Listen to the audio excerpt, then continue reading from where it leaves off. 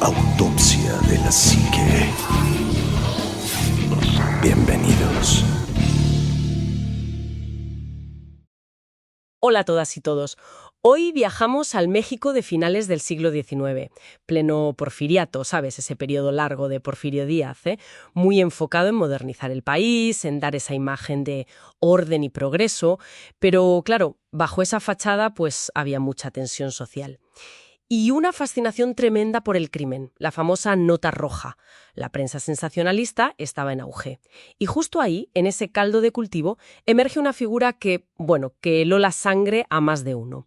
Guadalupe Bejarano. Se dice que fue la primera asesina en serie registrada en México. Tenemos crónicas de la época, algunos análisis. Así que, vamos a intentar entender quién fue esta mujer, la brutalidad de sus crímenes, claro, y qué nos cuenta su historia sobre esas contradicciones de la época. Una era que quería ser moderna, pero que, arrastraba sombras muy, muy oscuras. El primer caso que la puso en el foco fue en 1887. El asesinato de una niña, Casimira Juárez. La prensa no tardó en bautizarla, La temible Bejarano, la mujer verdugo, apodos así de fuertes.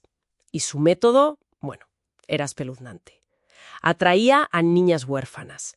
Les ofrecía trabajo en casa, ¿sabes? Y una vez allí, las sometía a torturas que cuesta hasta describir. Hablan de una silla romana con un bracero debajo. Sí, lo de la silla es... O de colgarlas por las muñecas para azotarlas sin piedad, las dejaba morir de hambre. Es terrible. Es que, claro, lo fascinante aquí es que Bejarano rompía todos los esquemas. Totalmente. Porque no era, digamos, la típica criminal marginal que uno esperaría encontrar en esas crónicas. Pertenecía a una clase social acomodada, muy diferente de otros criminales de la época como el chalequero, por ejemplo, que era de origen humilde. Y las crónicas la pintan así, como una especie de depredadora sádica, una mujer de buena posición que se convierte en torturadora. Esto, claro, chocaba de frente con todas las expectativas de género o de clase, la hacía parecer todavía más monstruosa a los ojos de la gente. Quizá esa transgresión desde el dentro de la sociedad decente, ¿no?, era lo que más inquietaba de esa fachada de orden porfiriano. Y lo increíble es que por ese primer crimen la sentencia fue, sorprendentemente leve. Unos pocos años, Sí. Cumplió apenas 5 y salió. Increíble, sí. Y claro, el horror volvió. En 1892, al poco de salir, desaparecieron 2 hermanas, Guadalupe y Crescencia Pineda. Y aquí es donde la cosa se tuerce de verdad, ¿no? La captura final se produjo después de un careo judicial y fue su propio hijo, Aurelio Bejarano, quien la señaló. Dijo que ella era la culpable de la muerte de las niñas. Imagínate la escena, un careo madre-hijo en esas circunstancias. Según cuentan las crónicas, la reacción de ella fue acusar al hijo, intentar echarle la culpa. Qué fuerte. Una dinámica familiar terrible, vamos. Al final, Aurelio también fue condenado, aunque a menos tiempo, creo que 2 años, por inacción inicial, dijeron. Y ella, Bejarano, por estos nuevos crímenes, recibió una segunda condena, 10 años y 8 meses. 10 años. Que, de nuevo, supo a muy poco a la opinión pública. La gente pedía mucho más. Se hablaba hasta de pena de muerte. Exacto. Y esto plantea una pregunta importante, ¿no? Esa aparente levedad de las condenas, frente a ese clamor popular tan fuerte. ¿Qué pasaba con el sistema judicial porfiriano? ¿Había una desconexión tan grande entre las leyes, que se suponían modernizadoras, y cómo se aplicaban en la práctica?